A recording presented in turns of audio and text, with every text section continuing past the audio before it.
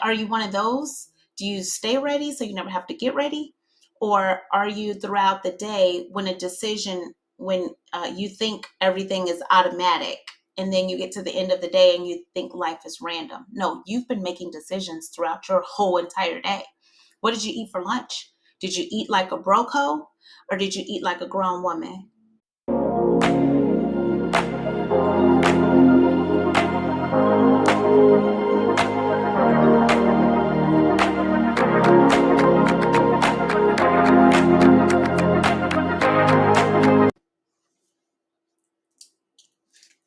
Hello, friends. What we're talking about today is we are going to talk about reputation. We're talking about why is your reputation important, and then four things that you'll need to understand in order to improve your reputation. So let's just jump in it, okay? So when I say your reputation is important, I really mean it is the most valuable thing that you possess. It is how people know you.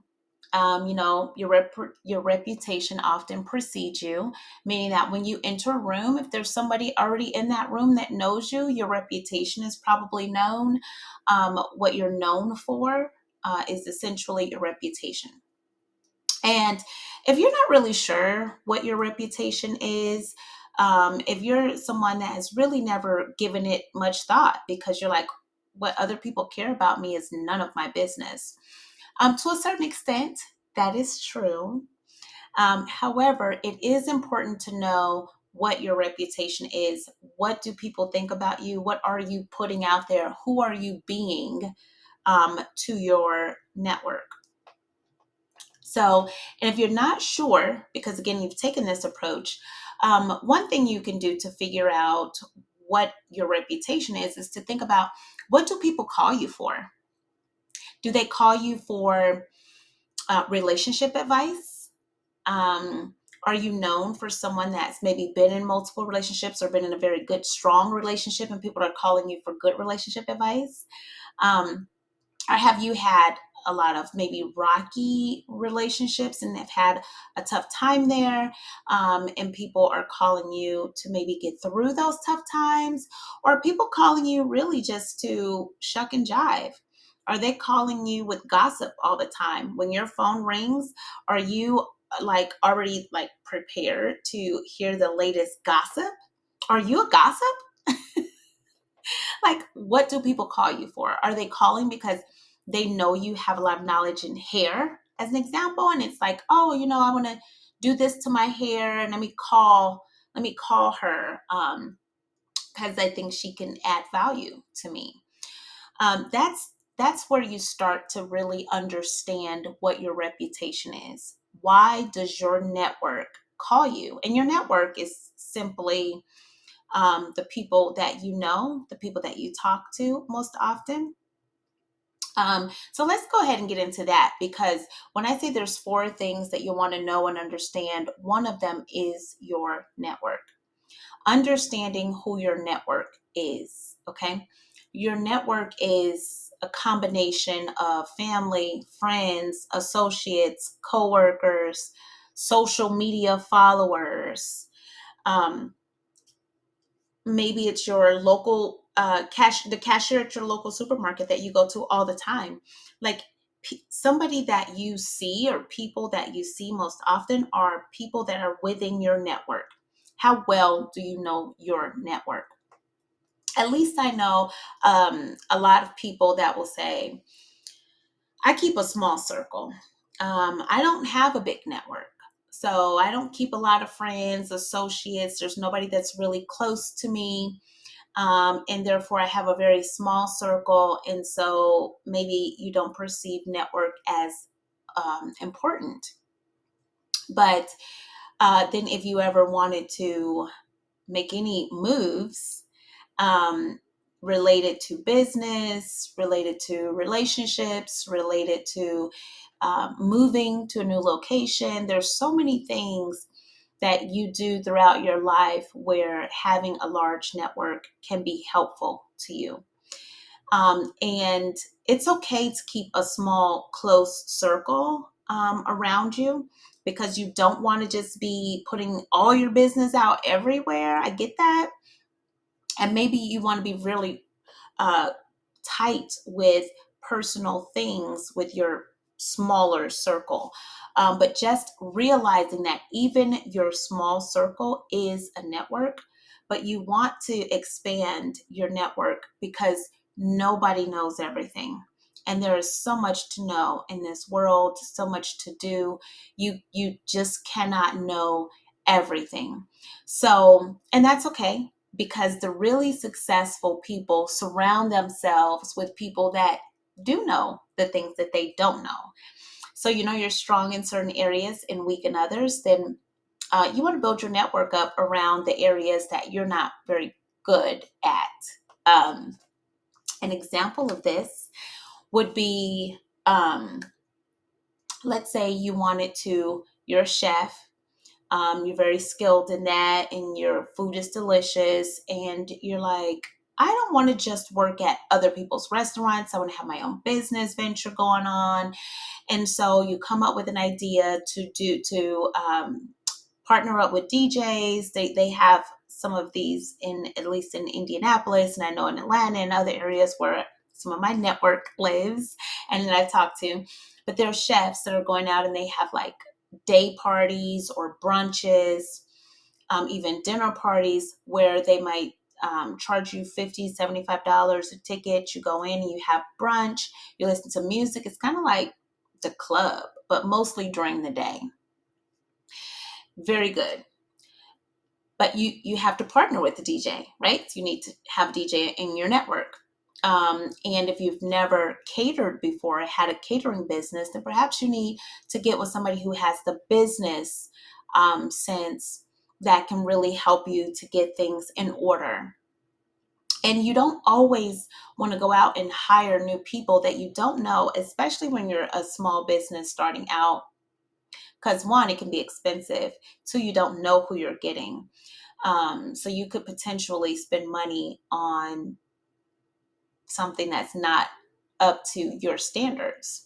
So it's important to have people in your network from all types of areas, even things that are not related to what you're doing today.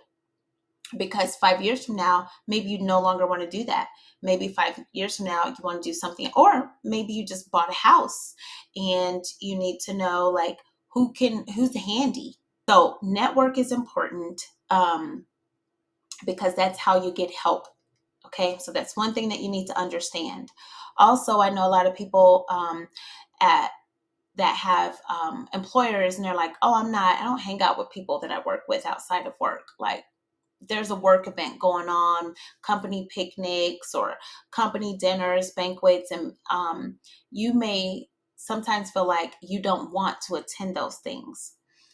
But it is important that you attend those things because you want people to know you for who you are.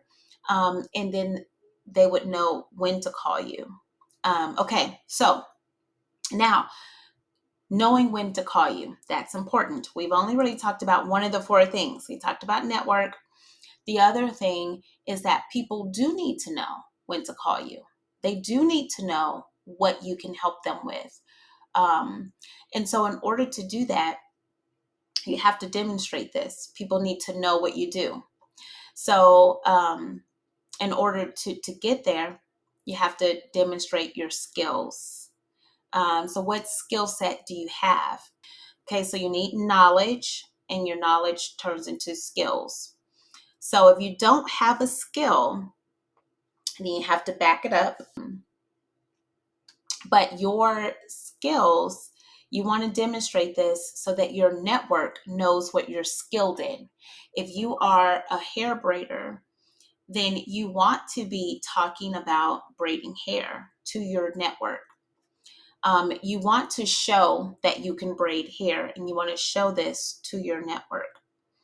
And if you don't have any skills, because maybe you're fresh out of high school, when you're in elementary school, middle school, high school, our education system currently teaches you everything, right? There's math, there's social studies, there's science, there's English, there's gym, there's music, there's swimming. there's ceramics, there's like all these classes that you take. And then when you turn 18, the adults are like, now what do you want to do? And you're like, I don't know, what to do because I've been learning all this stuff. So then you want to hone in, okay? You want to hone in and you want to take something that you enjoy and or that that you have enough knowledge on, and then you demonstrate it. If you feel like your knowledge is too general, it's too broad, and you're not really sure what to talk about, what do you want people to call you for? What do you want to talk about?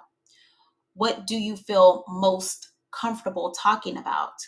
Because you can literally learn anything. Let's say, it's like, oh, I could learn a skill of, you know, accounting. I could learn accounting. But if you would hate it, if you don't want to be an accountant, I don't recommend you learn that. But learn something that you enjoy. And there's so many different ways to learn something. Okay, you can read books, you can enroll in courses, you can log into YouTube, you go to Instagram, you can talk to people, other people that maybe are in your network or not in your network yet, but you can have that conversation and invite people to be a part of your network. It doesn't have to be formal. It's just, um, you know, buying a cup of coffee for someone. Hey, I want to pick your brain. Are you available on Monday for maybe a cup of coffee? I want to pick your brain on a couple of things. Most of the time, my experience has been people have been very open and willing to do that. And that's just another way for you to learn. So as you talk to people, you ask those questions, you read those books, you watch those videos, and you learn something. And then don't take all day learning. I'm guilty of this actually, where if I'm going to learn something new, I learn it inside and out, frontwards and backwards, and then sometimes it takes me a while to get started on things because I feel like I need to know it all. Well, here recently, I've made the decision not to stop doing that because it just slows me down and it comes out as a form of procrastination because I'm just trying to continue learning. Well, this is my advice to you because I also had to follow this. Don't do that. You learn a skill and then you apply it. Okay. You learn how to braid and then you start braiding. And then you use your resources to make sure that your network understands and knows what you're good at, what you're skilled at, what you can do. Your resources, some people are, wealthy. I mean, some people are wealthy. I think, maybe it was Donald Trump that said he took like a a small $500,000 loan from his, parents or his folks to then start his first business. And if you have access to money, by all means, let that be a resource for you. A lot of other people don't have that in terms of a resource, not $500,000. But you do have resources that are not just cash. Okay. Of course, there is social media. Social media is a good resource for you to be able to talk about this, what you've learned, right? You learn something, you might make posts about it. Hey, if let's say I'm going to use the example of braiding hair. Let's say you're learning all about braiding hair. You're fascinated by hair now because you're engulfed in it. You're learning, you're picking up every day, you're looking at things, and then you post on your social media some of the things that you've learned, whether it's Facebook, Instagram, Twitter, whatever your social media preferences. Post about what you're learning. And then when you start braiding hair, post those pictures. Let people see you having fun doing the things that you've learned, demonstrating the skills that you've learned. And then your network will then eventually know you as somebody that can braid hair. You'll start to get those phone calls on people that's asking questions about hair. You'll start getting those DMs on people asking about hair or braids because that's what you've been posting about. So use your social media as a resource to you. Now, I want to caution you not to be robotic. I mean, you don't want to be on social media and every single post is about hair and you're starting to spam people, right?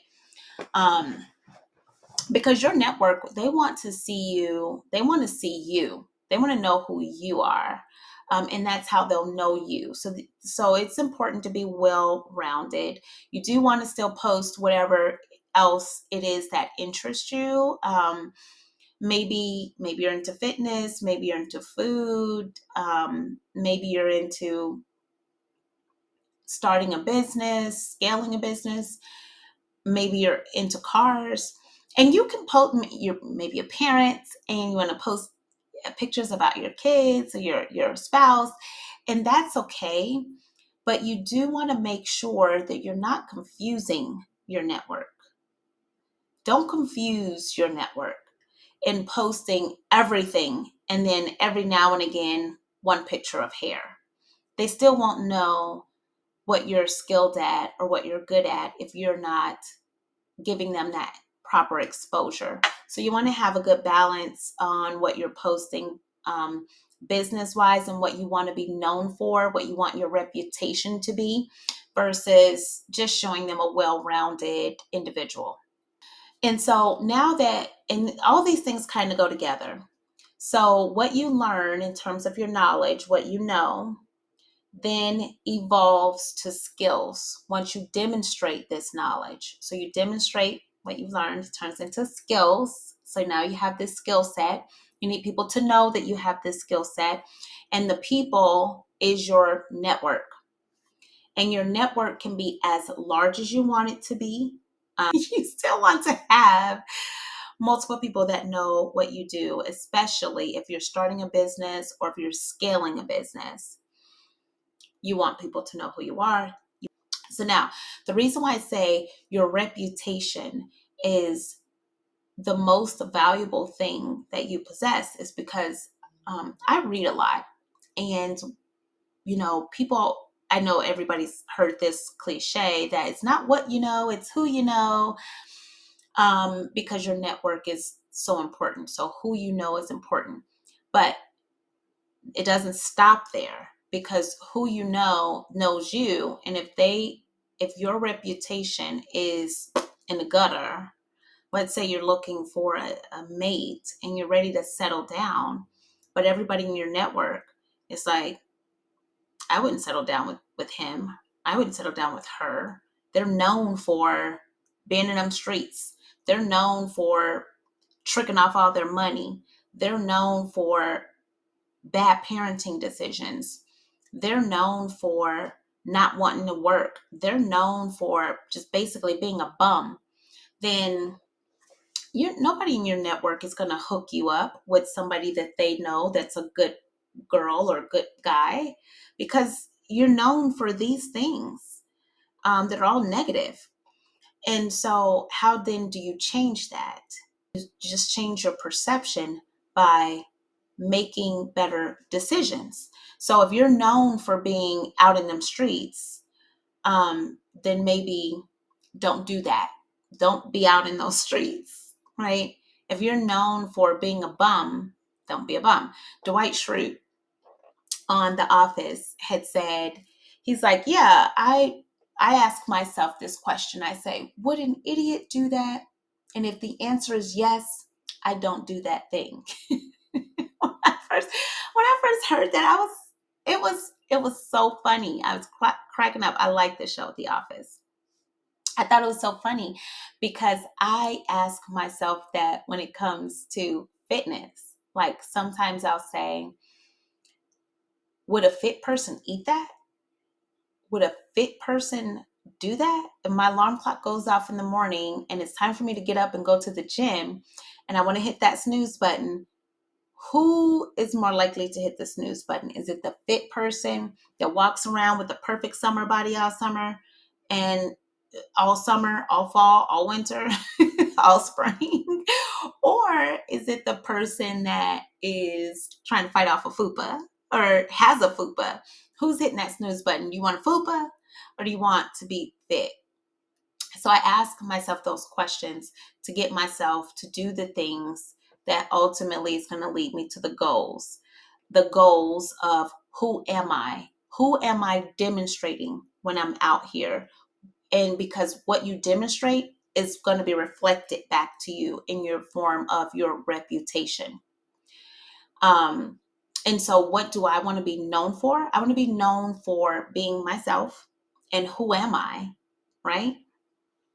You need to ask yourself that question, write it down, and then make the choices that a person that's known for that would make. An example, let's say you're like, I want to be on my grown woman stuff this year. I am trying to be flung, I'm trying to travel, I'm trying to, you know, have a big savings account. So when I retire, it's good. I want to make sure that I'm planning for my life and my death so that my family's not burdened with that once I pass away. I just want to be a total grown up.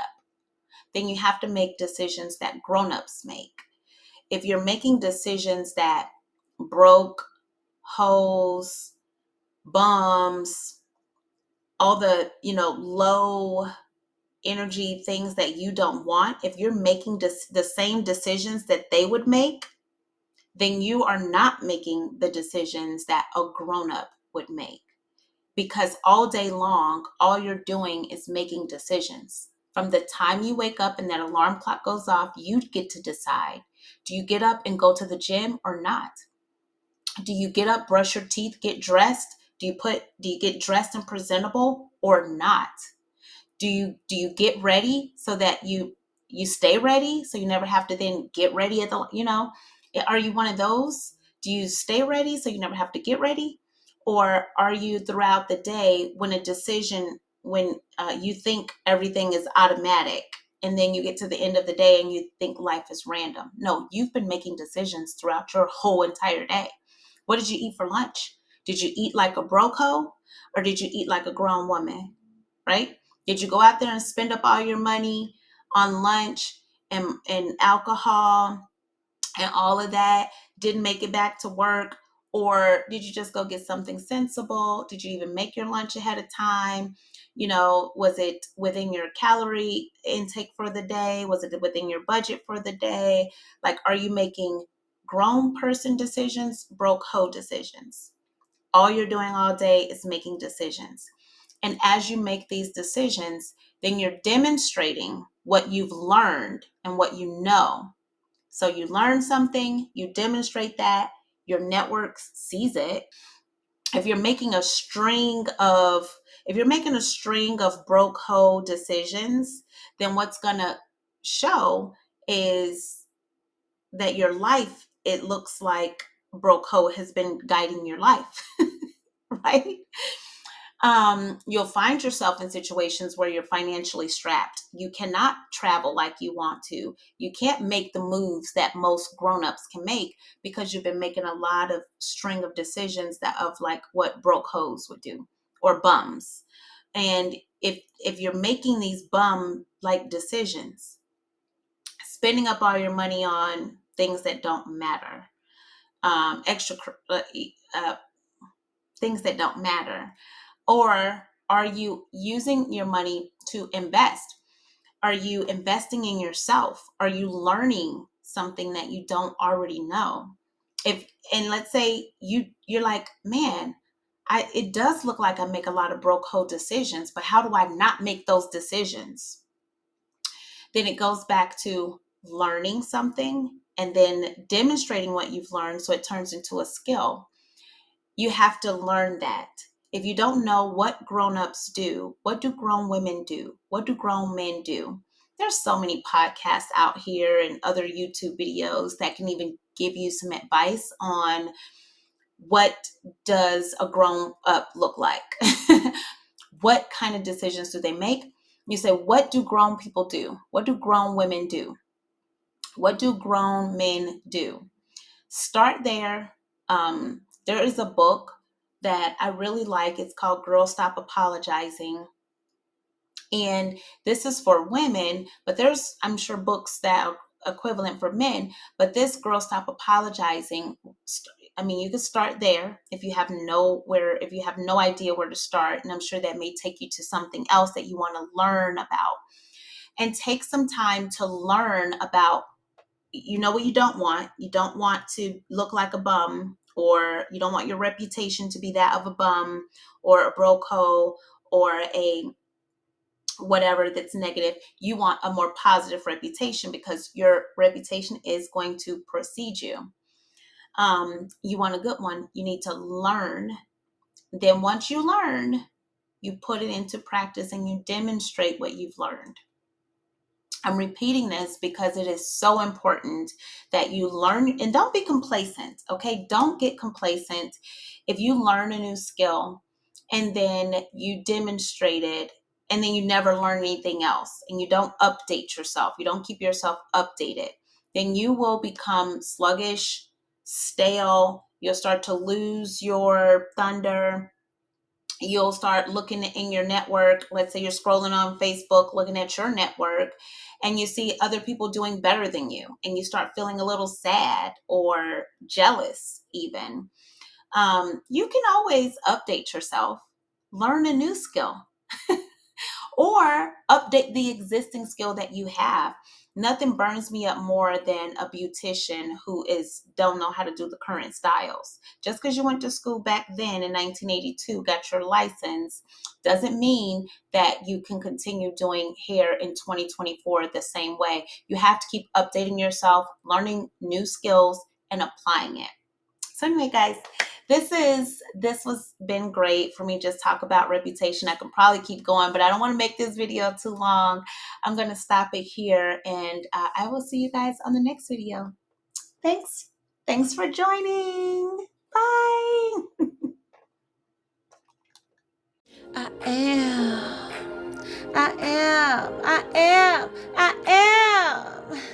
'Cause I said I am. 'Cause I said I am. 'Cause I said I am.